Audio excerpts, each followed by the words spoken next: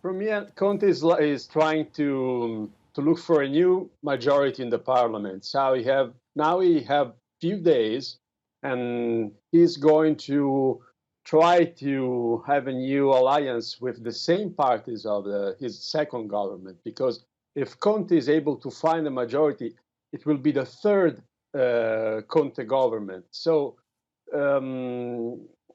it could be, I mean, could find a solution in a few days. If it doesn't find a solution in a few days, we will have a new prime minister the next week. That's what happens. And now Mattarella has a very important role in helping the parties to find a solution. Who could likely be the new prime minister if Mr. Conte isn't able to form a coalition? I really don't know. In the Italian politics gets a lot of fantasy in looking for names and solution. Maybe he could be a representative from the Democratic Party, who is the biggest center-left party in the parliament. Or maybe it could be a technician. It depends if they are looking for a larger majority, even with the center-right party in it, or if they try to get with the same majority.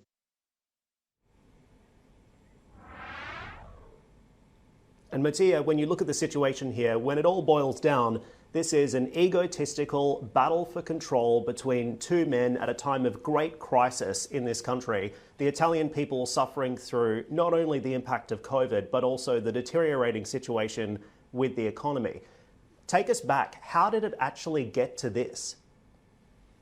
For real, it's personal, because Renzi, who is the leader of the Italia Viva party, they get 3% in the polls, is trying to have more power in the coalition, in the government, now that the European money, the recovery fund money are coming to Italy. So, and he's a personal distance with the prime minister. It's a fight of personalities now. It's a political fight at the same time, and he's betting on his survival, because his party is very weak in the polls.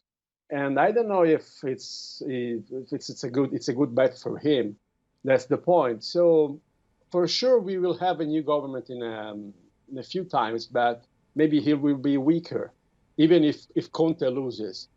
It's very Italian. It's a very Italian crisis, this one. And unfortunately, a fresh election might be the worst possible scenario, because it would mean that people would have to come out and vote. And of course, at a time when everyone's trying to maintain distance to curb the spread of the virus, that could spell disaster for Italy's recovery.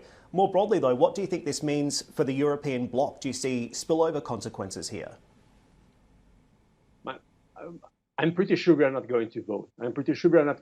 One reason is that it's very hard to think to an election during the pandemic. At the same time, I'm sure they will find a solution to the coalition, because they really need to stay in power now, everybody. So the win-win solution is to find a solution. And I'm really worried, because it's not, I'm worried about our alliances with the other European countries. We should try to be stable and strong in this moment. So I think we must be very quick and very fast in finding a solution. That's the point.